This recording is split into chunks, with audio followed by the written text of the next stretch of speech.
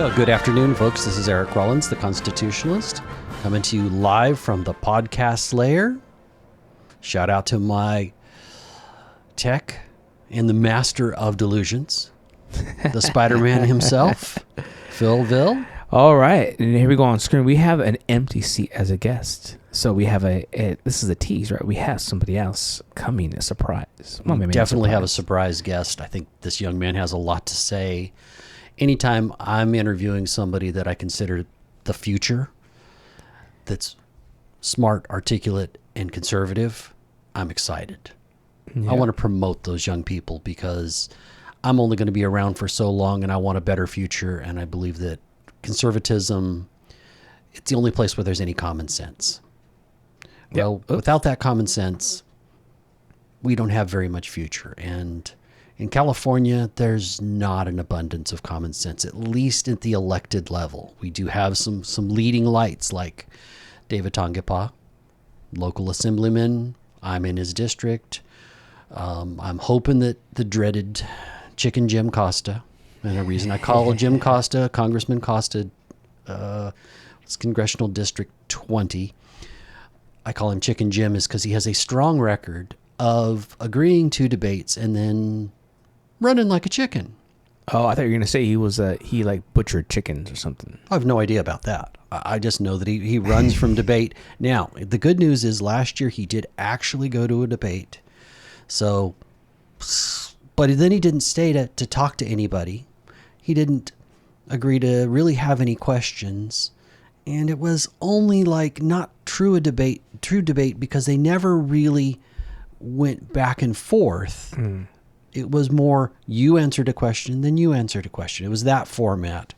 And he wouldn't have agreed to it if he would have been directly confronted. You know, the man doesn't give interviews. So I'm hopeful that Lorenzo Rios is going to be the man running against him, but he's going to be the man that takes that position back and brings one more piece of common sense back to California. And you just had him on as on a remote, the podcast Slayer with the Constitutionalists anchoring that night. That was a great evening. Yes. And Lorenzo, I'm pretty excited about Lorenzo. He's a Marine. He was a Marine officer. He worked at the Veterans? Well, Marine Academy. Oh, okay. Before he then, so he was an instructor. Okay.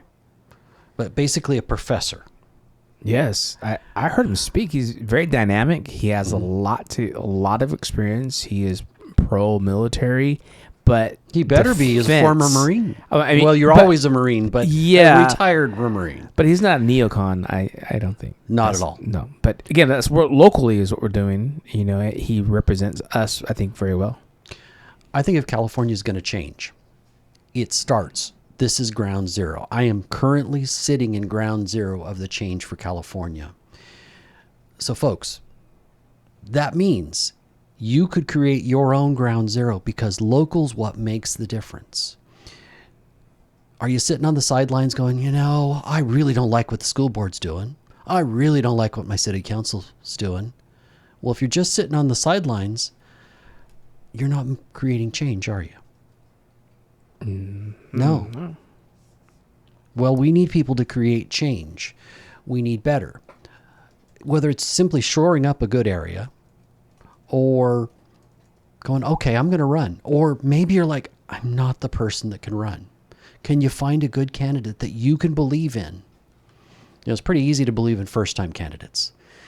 It gets a little harder once it's almost like candidates at a certain point where they've been in office long enough, it's like they've passed their expiration date. They're like bad milk.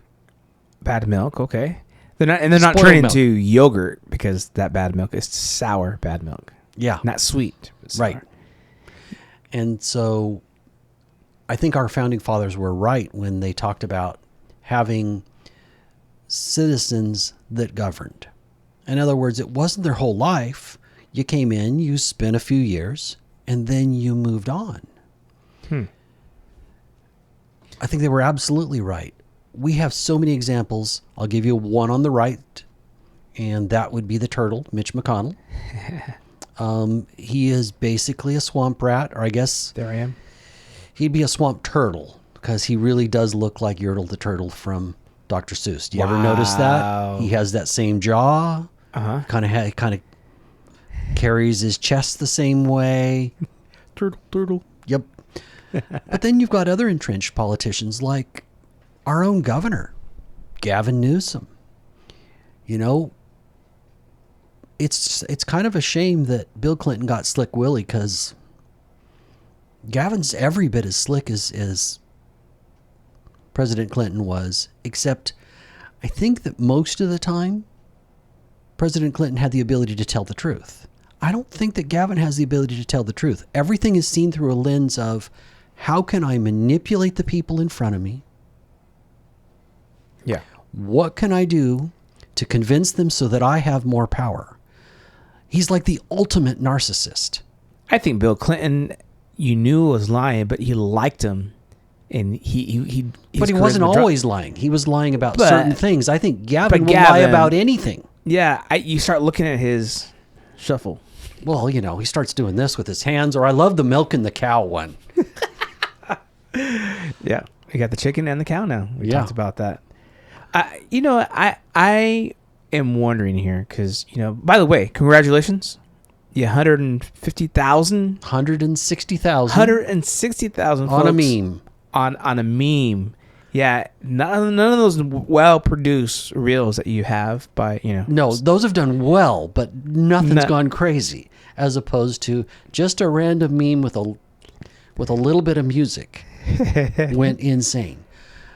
So that people know, if you're wondering, it's when RFK went before Congress or before the Senate, and Little Indian Chief Elizabeth Warren started trying to get him about vaccines, and he pointed out that she had received something like $8.5 million from Big Pharma. She has a lifetime that's way higher than that she's received from Big Pharma.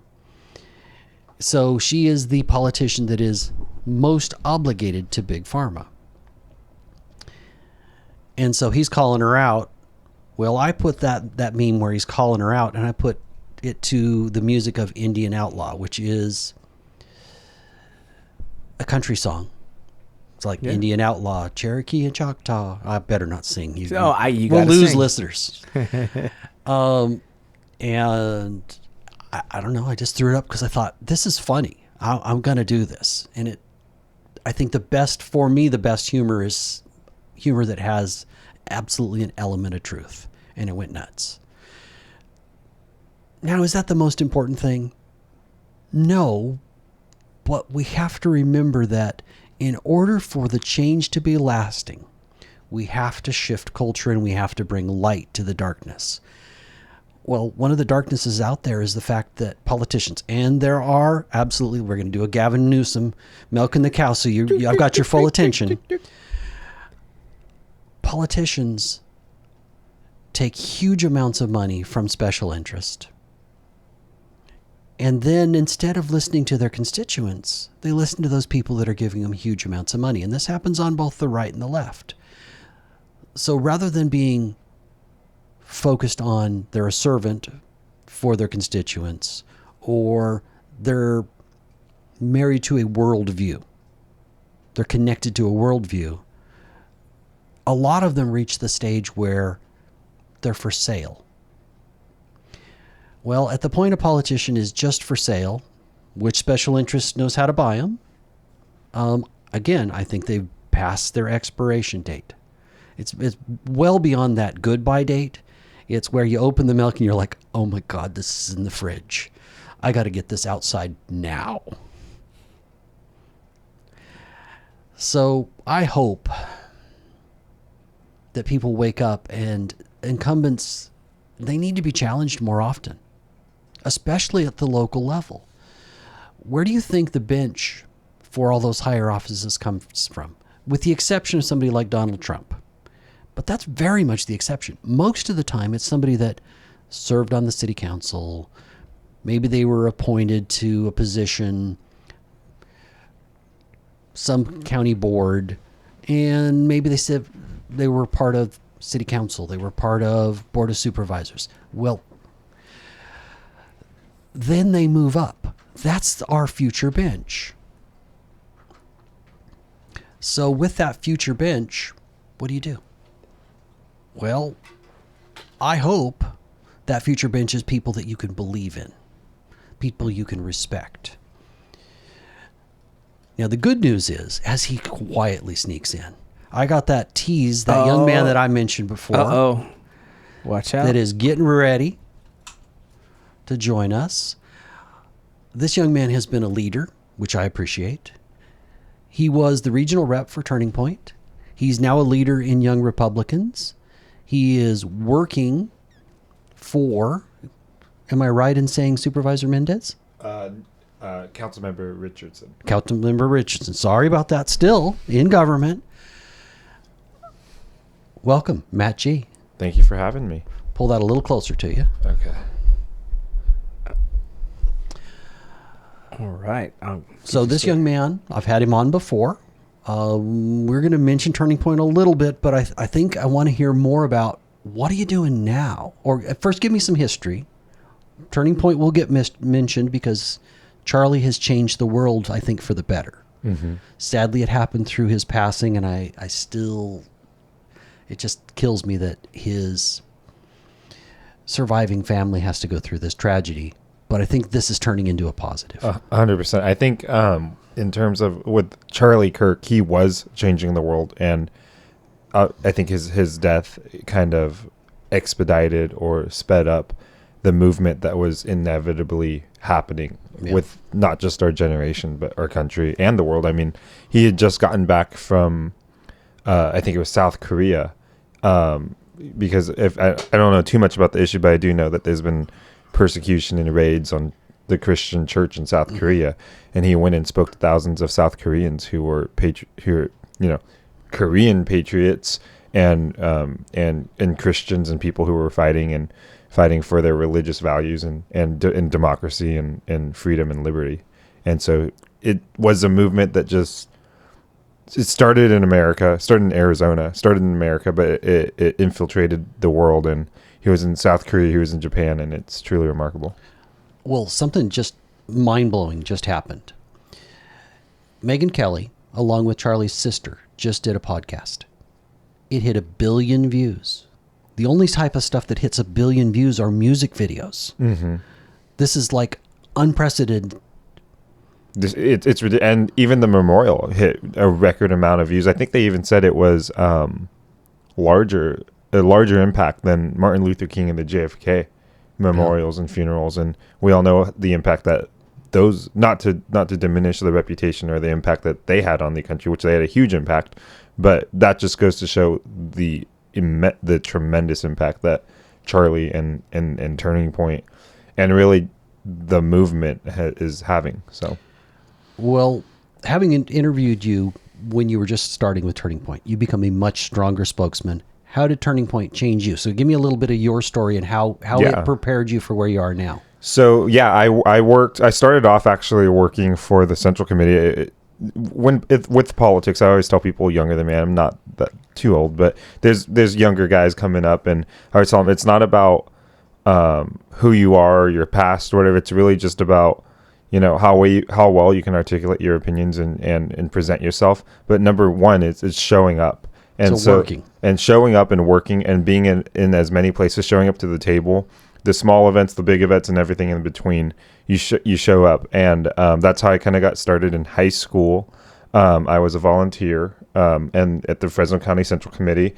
And then we went from volunteer to intern to part-time staffer to full-time staffer to it connecting me with a whole bunch of campaigns, with whether it was Devin Nunes, the larger campaigns, even to the smaller ones like Kevin Cookenham and everything in between. So that's basically early COVID or just a little before? Pre-COVID. Just a little before? Pre-COVID. Then COVID happened, and Turning Point came, and they were really, with the whole COVID scandal or whatever, they really took it as a time to grow the organization and accelerate operations. And so they brought on myself to be the field representative for Turning Point USA. And the great thing about Turning Point, and going back to your original question, is how it impacted to kind of to speak out and to kind of get more active and become more of a known, I guess, activist or whatever you would call it is, that's all of training. That's what they teach you. They teach you basically how to, I mean, their whole goal is to create, I guess what you would call like there's only one Charlie and there only can be one Charlie, but the way to get effective is if you can create your employees to believe and love and have a passion as much as the founder, then that your organization then will become successful and your movement will then become successful. And they gave you all the tools to speak, to train, to debate. They gave you everything, and it really shaped everything. So basically, I was a field representative for Turning Point USA. At the same time, when David Tongipa, assembly member now, he was the regional vice chair for Young Republicans. So around the same time, I started working for Turning Point. It kind of made sense to step into that role as regional vice chair, and that's when it really just kind of took off and becoming kind of like, I don't want to say a leader, but an organizer of people younger than me or of the same age of me. It's fair to say leader, even if you don't want to say it. Well, I appreciate it, but that's kind of just gave me the tools and the means and the way to organize a movement and really contribute to what you see now, which is young men. Well, first of all, Gen Z, but specifically young men moving 20 plus points to the right. Mm-hmm. And which is unprecedented. That has not happened. They've done that survey for about 40 years, and only recently has there ever been a shift like that. Yeah, and everyone thought the generation was.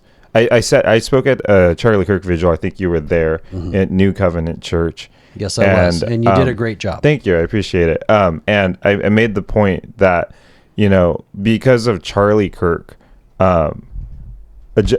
freedom, democracy, religion, Christianity, faith, the Constitution was introduced, and it became rooted into a generation that at one point had no hope in finding. And when I mean no hope in finding, the rest of the world or the rest of the country thought there was no hope in this generation having morals and values. They'd been written off, fairly or unfairly. They'd been written off.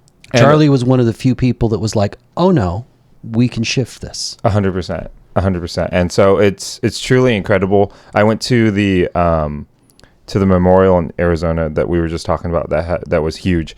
And the incredible thing, and you can really tell someone's legacy when they die and who shows up.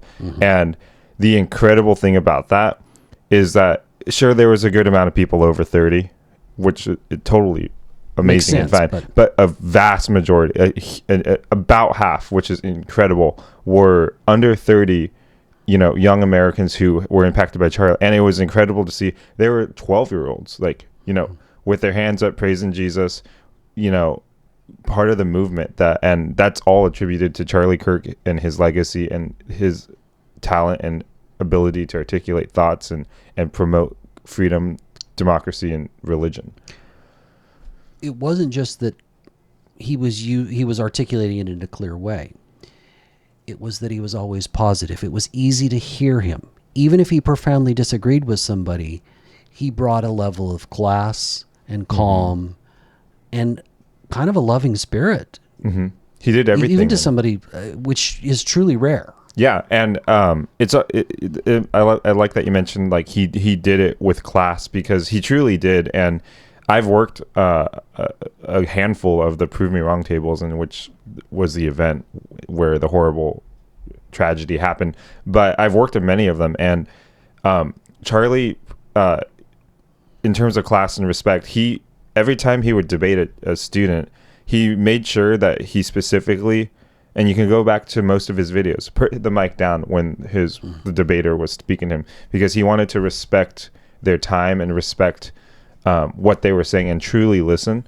And that itself is a very respectful thing to do, because the urge to pick up a mic and interrupt someone. I've watched other people at Turning Point tables with him. For instance, Candace Owens. And Candace, she's fierce, and I appreciate a lot of things about her, but she didn't do that. She was like, "Oh no, it's on." And Charlie was always more restrained so that there was a civil debate. I think that's one of the things that we desperately need if we're ever going to reach the people in the middle. You're never going to fix the what I consider to be broken, no common sense, no God, hardcore leftists. But there's a whole lot of the people in the middle that can be moved towards common sense. And at this point, while the Republicans are flawed, that's the only place where common sense is presiding. 100%. And I think that going back to like the culture and the I guess turning point, or the beginning of the turning point in this shift. And Charlie would always talk about this, but I think it's an important thing to know about what like drove young men and young people, but specifically young men, to the right. It's because the left stripped everything of meaning away and called it toxic. So this whole phrase of toxic masculinity or whatever, they called giving a girl a compliment. It's called, it used to be called courting, used to be called dating, used to be called flirting. Nothing horrible. They called, I mean, given there are some examples of extreme, like, people that don't practice it right, but the vast majority, they would call it toxic when it's part of, like, it's a thing that's always been historically praised. Men are supposed to be are supposed to go out and conquer the world and pursue women. Yeah, and they called religion toxic. They called having a family toxic. They called blue collar jobs toxic. They called everything toxic, and I think that everything that goes or up, racist racist or feminist exactly. And I think that really was the shift. The culture shift in America is young men specifically started realizing, just because I find a girl attractive doesn't mean I'm a toxic masculine. Just because I want to go to the gym and work out, become the stronger version of me, doesn't necessarily mean I'm toxic. This side keeps calling me toxic and trying to cancel me and cancel my opinions and saying if I start working out, I'm this toxic man. And then Charlie came along and said, no, it's all right for you to be the best version of you. It's all right to question the status quo, or question government, or question what your professor's telling you in class. And that, for me personally, but also for my friends and people who aren't my friends, just my whole generation, I think really was the turning point. That's an interesting way to look at that. If you're not dangerous, I don't think you're fully a man. Jordan Peterson talks about this all the time, that you have to reach your potential. And part of a man's potential is the fact that you could hurt somebody. But you truly become a man when you both embrace the fact that you could be dangerous, and then you restrain it. And you have the self-control. Right. To yeah, exactly. I think that's a great point. I haven't heard that, but that's Jordan Peterson talks about that all the time. I recommend anybody spend some time listening to him talk. I don't know that he's right on everything, but the man has some brilliant insights. Yeah, 100%. I think he's definitely a great philosopher for our time. It's like these times created, these hard times created a whole group of people that I don't know if I'm sure they were still there, but they weren't heard. It was like hard times created hard men that are then able to shift things. And I think that people like Jordan Peterson, absolutely Charlie, they saw the times and they saw the need, and they went, this is who I need to be to change, to make the change I want to see. So you're one of the products of that. I'm too old for that. I didn't even get involved in politics until COVID. You were actually in before I am. You're an old timer in politics compared to me, and you're young enough that you could easily be my son. Yeah. No, exactly what you said. I 100% agree. Yeah. So now you're working for a city councilman in Fresno, and you're part of the Young Republicans. Which one of those you want to talk about? We could talk about Young Republicans specifically. Yeah. I don't want to get too much. No, that's all right. But yeah. So what are they doing? So Young Republicans, I actually just got back from our state convention. I'll talk about it first on a larger organization, because you have YR National. It's like the GOP. You have RNC, you have the CAGOP, and then you have, if you have a central committee. So yeah, we barely do in Fresno. Yeah, that's what I said, if we have one. So Young Republicans has YR National, and they operate very much like, and in conjunction with the RNC, which has tremendously got better since Trump, since the 2024 election. We've got Laura Trump to reorganize, and his name is Michael from North Carolina. Yeah, I forgot his name. it's Michael, but Yeah, it's not coming. and then we have the new people in, and it's tremendously become an American first party, in my opinion. It's been reshaped due to Charlie Kirk, first of all, advocating for the ousting of Ronna McDaniel, which was ridiculous. Or not McDaniel, Mitt Romney's niece. Yeah. Was yeah, it you're right, Ronna McDaniel. Yeah. So we now work Wire National in conjunction with the RNC, which is really great. But we have our national organization. We have our CYRF GOP organization, which is the state Young Republican organization. And this is kind of a testament to how much Young Republicans has grown and become a big shaker in the industry. And that is, we had our first statewide convention in 10 years. So you guys have not been meeting on a statewide level. We meet as a state, but we haven't had the money, the infrastructure, the people, the interests to host a statewide Young Republican convention. And we were able to do that for the first time, which in my opinion is a good example of Young Republicans growing and becoming actually the future of the party. So there's chapters in all colleges. Are there chapters in high school also for Young Republicans? No. So Young Republicans is 18 to 40. 18 to 40. Yeah. So I'm out of luck. SOL. Yeah. We have associate members that anybody can join. And then here on a smaller level, we have Valley Young Republicans, which is a chapter of the California Young Republicans, and we're really getting to work. I'm sure you know a lot of the kids, Matt Casares, Carly Hall, Marco, and the great thing is I can call them kids. You're only that much older than them. yeah. Well, I'm a little bit older than them, but we're really getting to work. We're showing first number one thing, like I said, is show up. You have to be in the room. You have to show up. Show that you care. Show that you're present. Show that you are willing to work, and then organize. So recruit, train, and elect. So recruit kids, which we have, recruit members, train them, organize them, show up, and then elect. And now with No on Prop 50, where we have a big deployment coming up in the 18th in Hanford, that we're partnering with the state party, CYRF. So that's David Valadeo. That's David Valadeo's district, and we're having amazing help from Assemblywoman Ali Macedo. But we're doing a big deployment for that. And so Young Republicans, we always say work hard, play hard, because we are young and we do like to have fun, but we have to make sure we're getting the work done. So we're a social club, but we're also a worker club, and we are here to get Republicans elected, get good Republicans elected, get conservative initiatives on or off the ballot. So yeah. Well, that doesn't change just because you get older. I think one of the problems with a lot of the grassroots is they're just there to work. No, there needs to be the social time. There needs to be the balance, because people will come back if there's also the social element. They have some fun. We both attended an event for 511 Media Group, Mike Harvey. Mm-hmm. What was that, a week ago today? Yeah, Fort Washington. Yeah. Yeah. And it's a great event. It was a great event. Yeah. They had a singer. They had an auction. They had great speakers. Mm-hmm. I think several speakers did well, but David Tongapaw absolutely hit it out of the park. Mm-hmm. One of the better speeches I've seen. His timing has gotten so much better. Yeah. I am so thankful. I was wrong. I voted for Radonovich.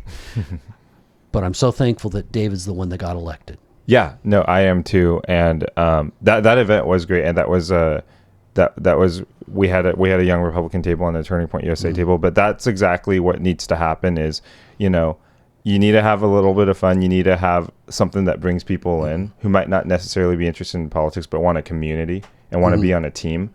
And then you bring in the team, you train the team, and then you go play the game. And that's exactly what Young Republicans is doing with our organization. Well, some of those names you mentioned earlier, Matt Casares has great organizational skills and great tech skills, which is a huge plus. You've got somebody like Carly, who she's really a strong speaker. Great with media, social media, right, handling all that. So having a variety of people and creating this you've kind of created not only just a group, but you've created a piece of culture that then can affect others. I remember when I first started on Blackstone and Shaw. So for those of you listening out of the area, that is a major cross street in Fresno. And I'm standing there with a sign complaining about COVID. And there's only just a few of us. Mm-hmm. When there's only a couple people, it's really hard to be brave. It's hard to be the first one. All of a sudden, if there's 10, you don't look so crazy. Mm-hmm. Once there's 10, there's going to be more like-minded people. You have to be willing either to join the group or be the one that leads the way. Not everybody's cut out for leading the way. Thank goodness that Charlie realized he's the one that needed to lead the way. And then all of a sudden, once he got a few people around him, what happened to the movement? It exploded. It's the same idea. Mm-hmm.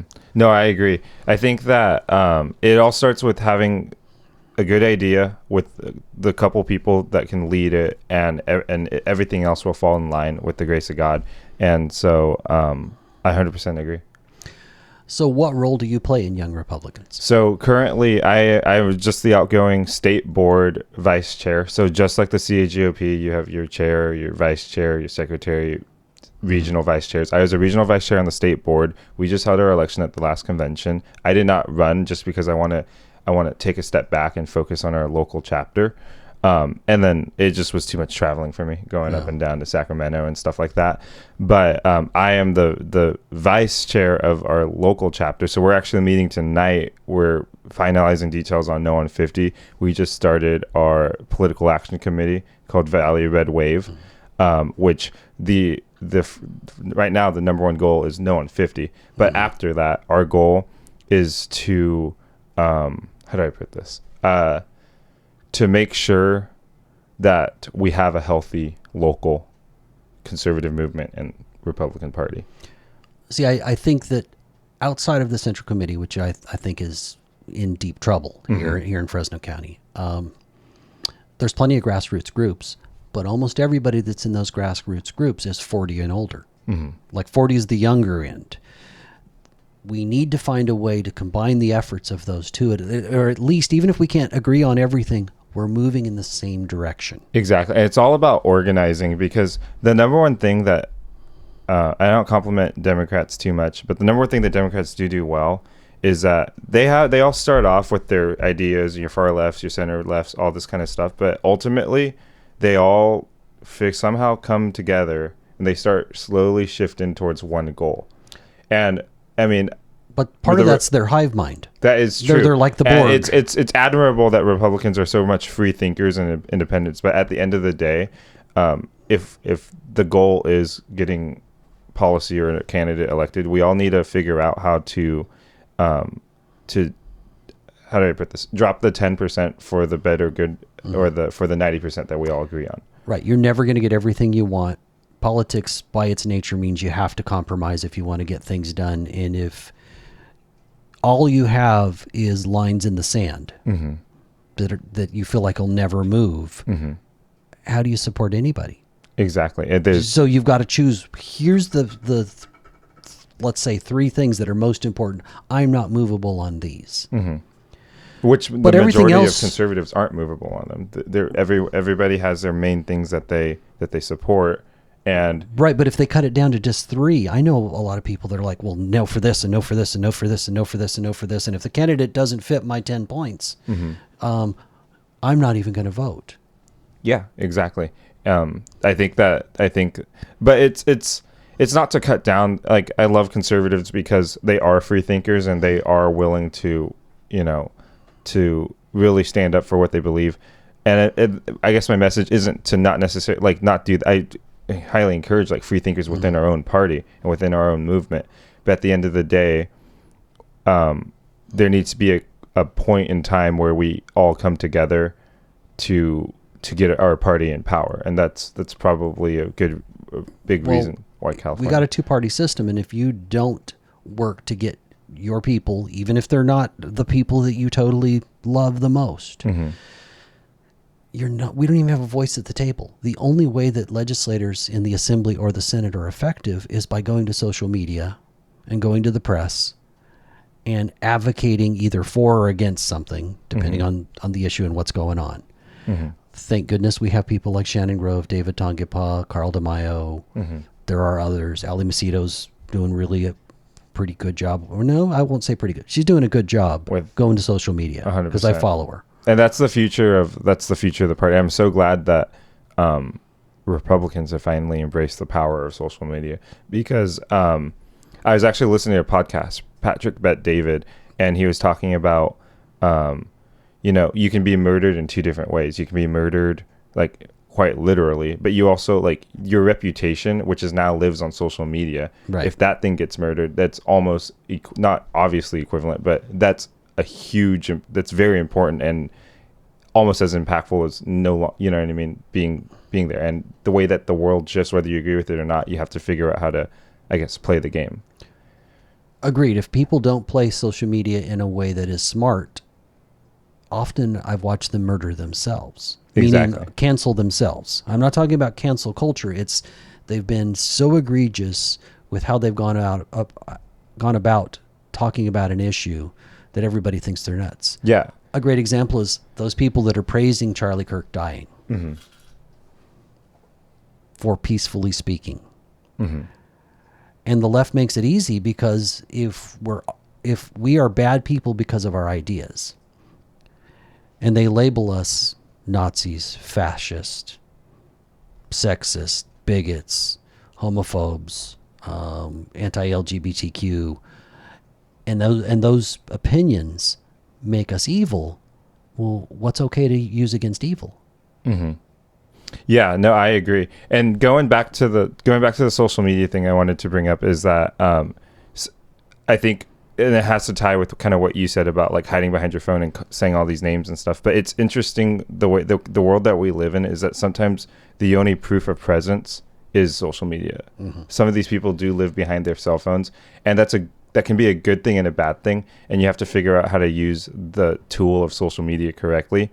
But a lot of the times these people, are just behind their phones and there's no real consequence to that. So that's the negative effects of it. But see, I always try to have a 3-second rule. I post, I don't know, a slow week and I'll post 100 things. I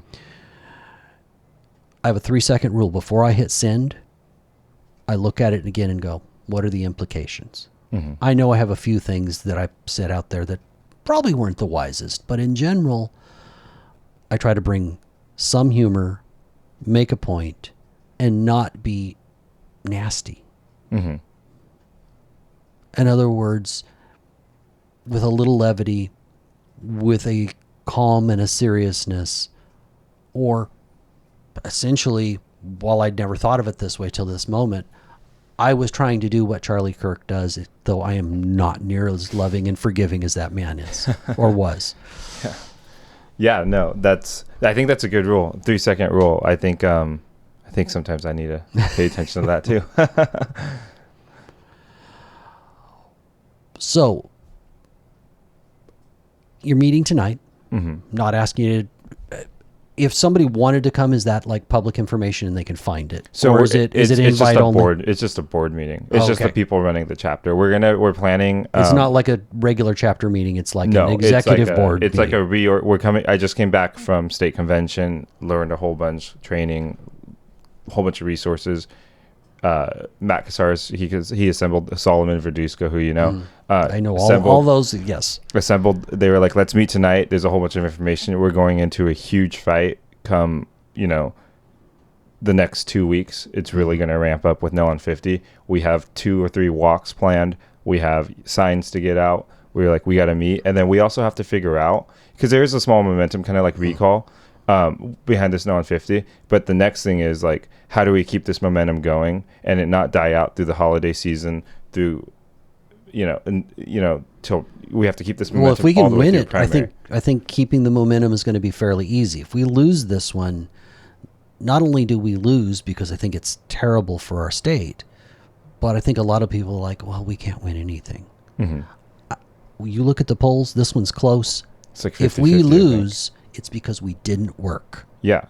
Well, the thing is, I was listening to a CAGOP thing talking about the polls, and they said that one of the people that are working on the No on 50 campaign, he explained that usually in California for a yes measure, it needs to start because it traditionally will go down in polling. it needs to start at a minimum of like 65% favorability. And this no on 50, or this yes on 50, if you go on the other side, has started below that and has at a faster rate than ever for a proposition, lost polling numbers. So I think there is a really good fight, and I think there is a silent majority when it comes to this election. I think there's a lot of people who are Democrats who realize this is absolutely a power grab. I mean, like if you look at 50, if we want to spend a couple minutes on 50, we're down to about 5, and yes, because this is the most important issue coming on. So I want to do 50. Okay. So if we look at 50, and the number one thing I tell people who are like, should I vote yes or no? It's like, this is purely political, and this is purely a target to just one election, because 50 disappears after 3 years. After 2026, it goes back to a commission in 2030. So this is purely right, but that means the first election that will be on the independent redistricting committee is 3032. Yeah, my point is that this is purely a like, if they truly believed in the amending of a constitutional thing, they would do it indefinitely. It wouldn't just be a temporary thing. It's like they know it's wrong. They know it's wrong, but it's purely a election targeted thing. And then the other crazy thing is that a lot of people don't know. People on the other side are like, oh, because Texas did it, we have to do it. All this kind of stuff. It was in their constitution to redraw the lines. It's in their constitution for, I think, the state legislature to redraw them. And I think that they found out that there was they were forced to redraw it in the middle by the Biden administration, who sued them. The Biden administration's DOJ sued them. Redraw the lines. Yes. And like anything, like obviously the party and whoever, it's Texas, so they're going to be a little bit more conservative leaning, just like we expect the independent commission in California to be left leaning. But well, it is. I mean, when you look at the percentages, conservatives or Republicans are about 40% of the vote in California. Mm-hmm. And yet we have something like 17% of the congressional seats. Yeah, it doesn't match. It doesn't match. Just like the city council. With the it's a independents. 50-50 city, and we have a 6-1 city council. Right. So it is interesting. And also another point that I would like to, just real quick on 50, is that a lot of people kind of compare it to recall Newsom, or like, because this whole $200-300 million to get this thing, to make this election happen. The thing about recall is that it was brought on by the people through hard work, through organizing and grassroots signature collecting.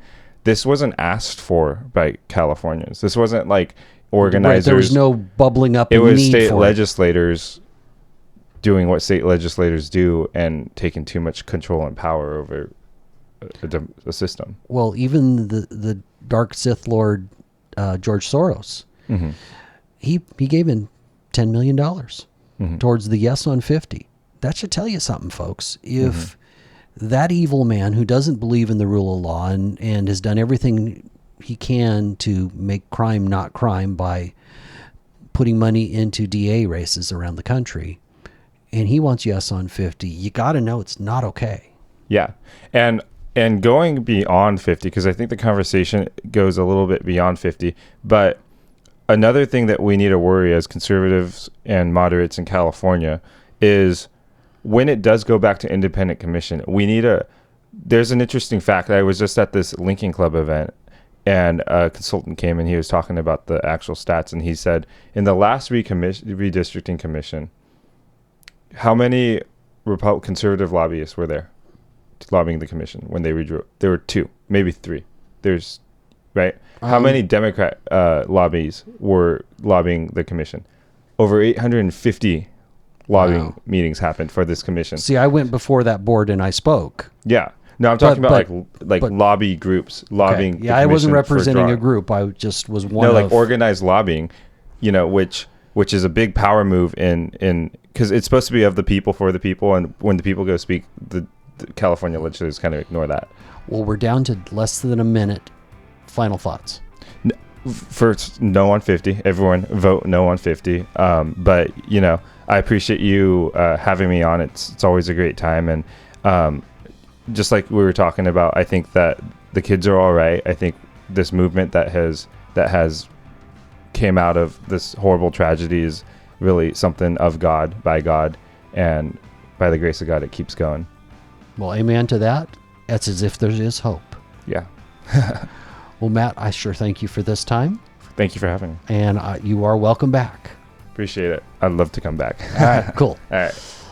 Well, I think we're on our way out. We'll see you next time, folks.